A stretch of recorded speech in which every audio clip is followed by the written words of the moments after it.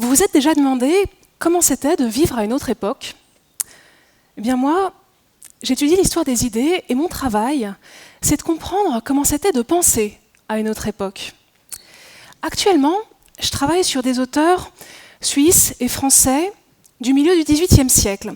Et ce qu'il faut comprendre d'abord, c'est que la pensée du XVIIIe siècle, ça n'est pas la pensée d'aujourd'hui en moins bien, moins développée, moins avancée.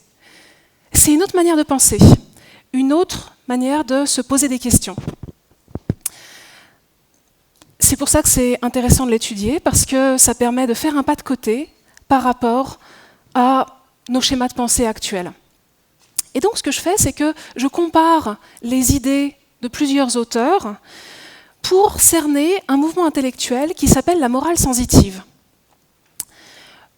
Le point commun entre ces auteurs, c'est qu'ils se posent une question bizarre, une question qu'on ne se poserait pas aujourd'hui, ou en tout cas pas de cette manière-là.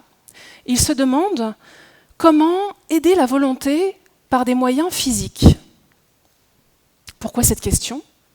Eh bien parce qu'ils observent que les objets physiques génèrent des sensations, qui à leur tour génèrent des émotions, et ces émotions influencent les décisions que nous prenons en affaiblissant ou renforçant notre volonté. À partir de là, ces auteurs proposent différentes méthodes qui utilisent les éléments physiques du quotidien pour encourager certaines émotions qui renforcent la volonté. C'est ça la morale sensitive. Plutôt que de subir ou se laisser influencer par notre environnement, essayez d'utiliser cette influence dans un sens positif. Ce que je montre dans ma thèse, c'est qu'en fait, là, on assiste à un changement de définition de la volonté. Et oui, dans la morale sensitive, la volonté, ça n'est plus quelque chose qu'il s'agit de dresser en lui donnant des ordres, sois fort, mais ça devient une disposition qui se construit en amont, jour après jour, à travers notre mode de vie.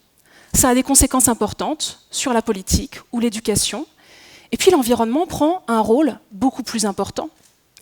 Et oui, pensez que les parfums, l'alimentation ou la décoration intérieure, ce sont des éléments physiques qui jouent sur nos émotions et donc sur les décisions que nous prenons.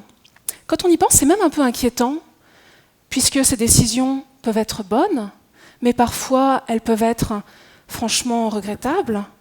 Et si le choix du papier peint pouvait faire de vous un criminel